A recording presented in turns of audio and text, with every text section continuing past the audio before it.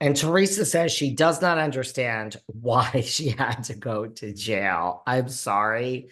Rachel might have the best line of the whole season about the hot dog lips.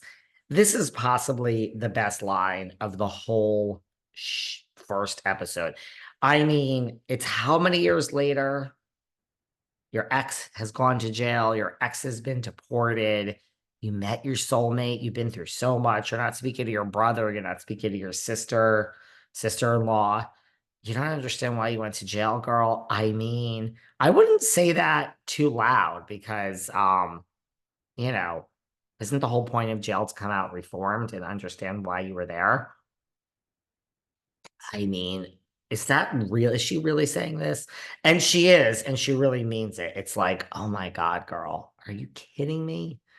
You want me to tell you why you went to jail, but let's not digress. Melissa, we then see in her confessional, and Melissa does not want to answer any questions about Teresa this year, she says. So that's kind of exciting. Look, I do love that it is not Melissa versus Teresa at this point. I do. But I don't know.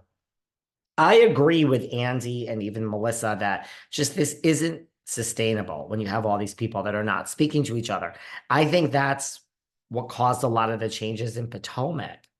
And by the way, I'm starting to think it's not Melissa that's going to go anywhere at the end of this season or Teresa. So I don't know. I don't know what we do with this show at the end of this year. And we're going to get into that in a second. But she doesn't want to answer any questions about Teresa. Here's the thing, the difference of where, look, if you want my opinion, it's not the season of Melissa versus Teresa. But right now, watching the show, who do I think is kind of in a better place and quote unquote winning, for lack of a better word?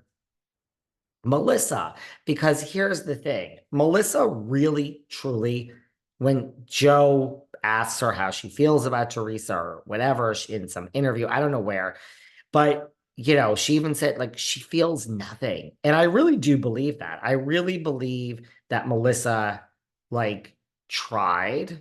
And trust me, I am not team Melissa, but I do feel she tried. She tried for her family, she tried for her husband, and now she's just not trying. And like it's just like anything in life, when you're in it and you're giving it your all, and then when you just like flip that switch, and you're like, I just don't care anymore, it is so light. It's so freeing. So when you ask Teresa Melissa how she feels, and she's saying to Joe, like, I feel nothing. I do believe it. And feeling nothing in the 5 stages of grief is better than the anger stage. And I still feel Teresa is so in the angry stage. She she says she feels nothing or she doesn't care, but she does. So that's a big difference to me. That's why I think Melissa's winning, because I really think she doesn't care. It's over. It's no big deal. She like looks at Teresa and laughs. She's like, whatever.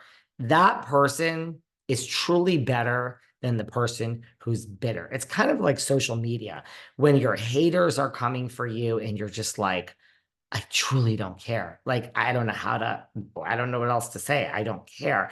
You can say that, and if you really don't care, it's so freeing.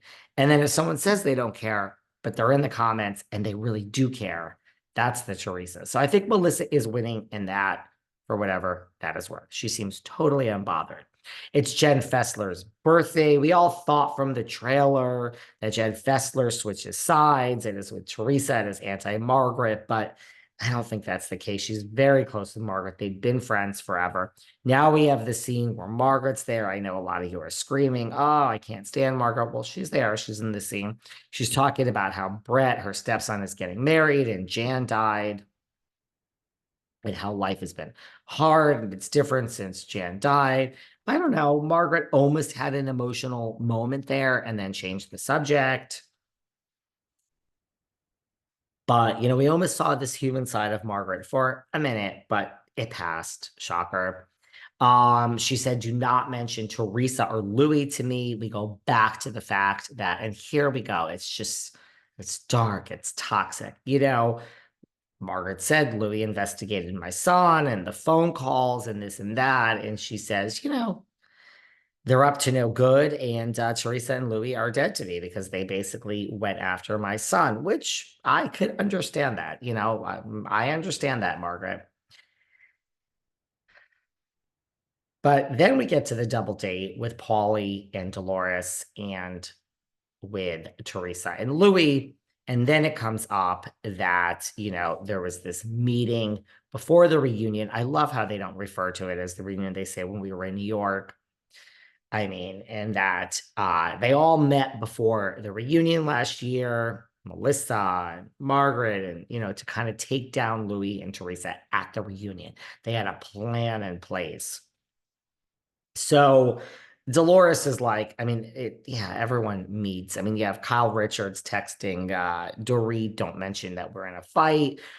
I don't know if they all meet and have these plans, but yeah, I mean, I think Potomac plots and plans, and I think Salt Lake plots and plans, and even the OC over there with the Tamrat. She's when she's not scurrying in the corner looking for her Buddha, she's plotting and planning. So yeah, I mean, I see Dolores's point.